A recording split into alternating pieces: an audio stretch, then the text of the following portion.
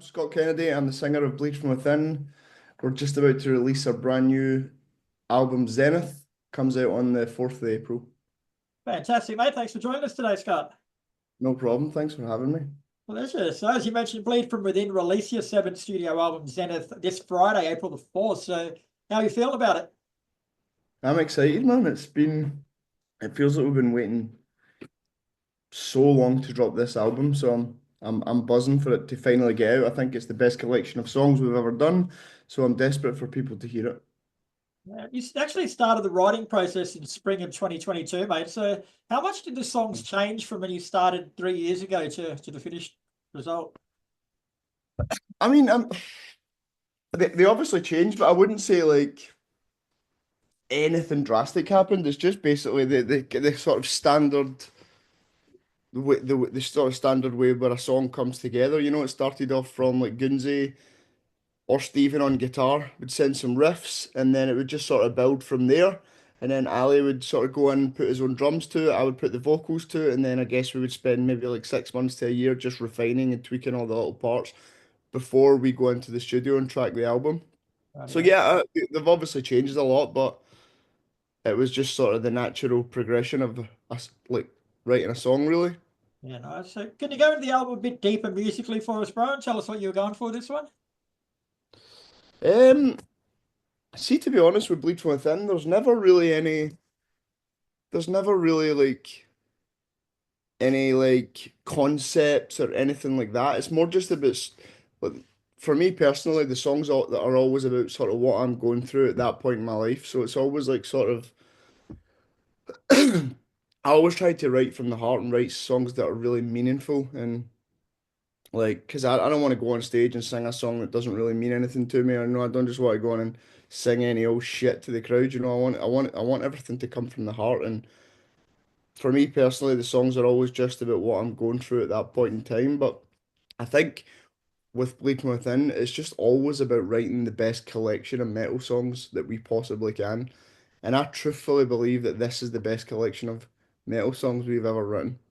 Yeah, cool. Now, the press release says it contains the band's heaviest and catchiest music to date. Would you agree with that statement? 100%.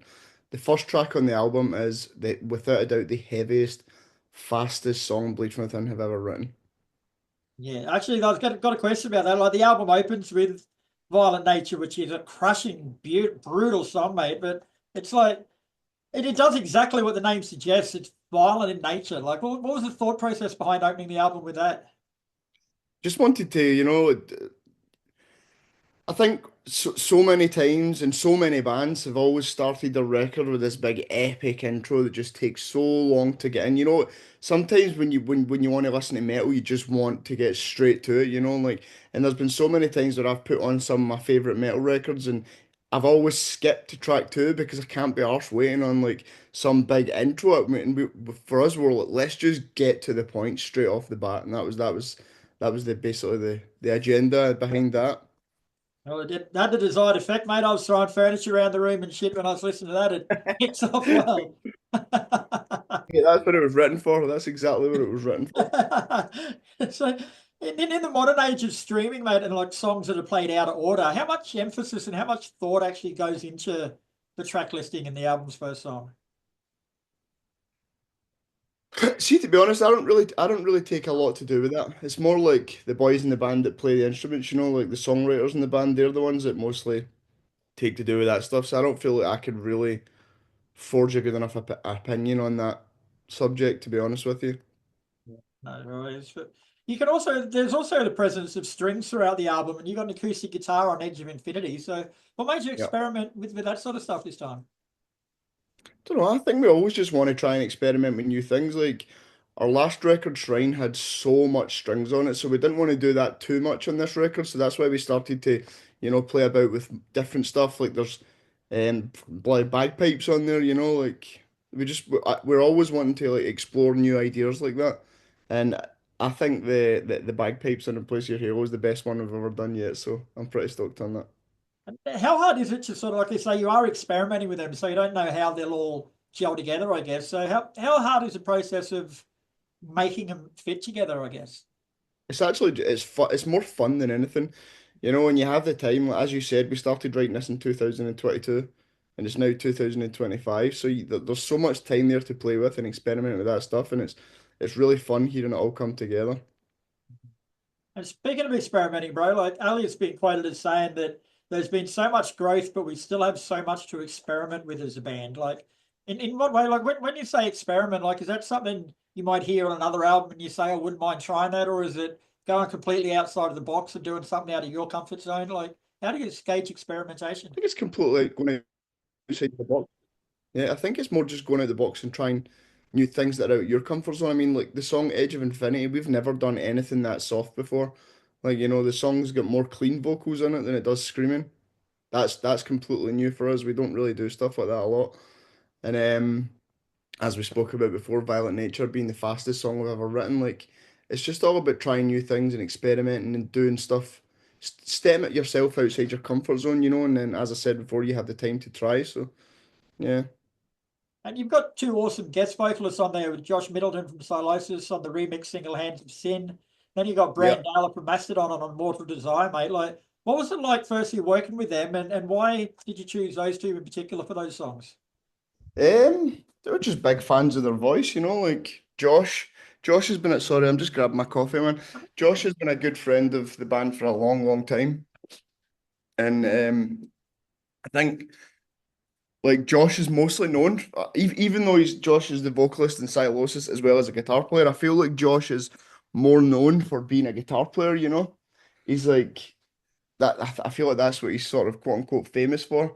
But I love his vocals, and I really wanted to get him on this record as a guest vocalist and not a guest guitar player. Right. Um, and Brand Daler's genuinely just one of my favorite singers. Like we're all massive, massive fans of Mastodon, and we've had so many nights on our bus, you know, having a few beers, got Mastodon on, and all we ever talk about is how incredible his voice is. So I feel like it was just like sort of, and we just had to do it, you know. We had to have him on a record singing. So yeah, thankfully we reached out to him and he was up for it. So Nice. yeah. Nice, nice. And once the album comes out, bro, you got a bit of touring to do, mate. You got some big festivals coming up. Yeah, so we're leaving 3 weeks to go to America for a month with Bullet for My Valentine and Trivium, and yeah, we have loads of festivals in the summer, and we're working on getting down your way soon, which there should be more information about soon. So Very nice. Now, before I let you go, bro, I've got a new segment I've started called Photo Bombs. So basically, before we talk, I've gone through your social media and I found some photos that I want to know a bit more about. So right. I found this one. Like, what happened here? Did you guys get kicked off the tour bus?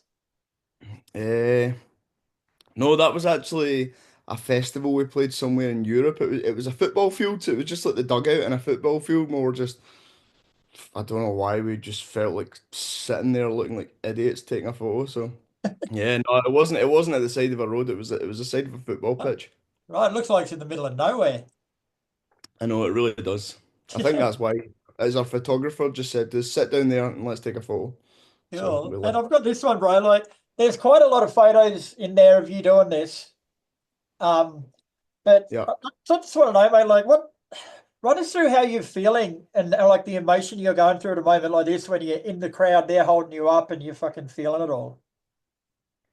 See, if I'm honest, I just don't think about it. Like, see, when I'm in the moment on stage, the last thing I'm doing is thinking. Like, it's the only time in my life where I can just, escape any sort of like thoughts. I'm just like I just do it, and I've done that on the last song for I've done that every show on the last song for God knows how many years, probably like 10 years.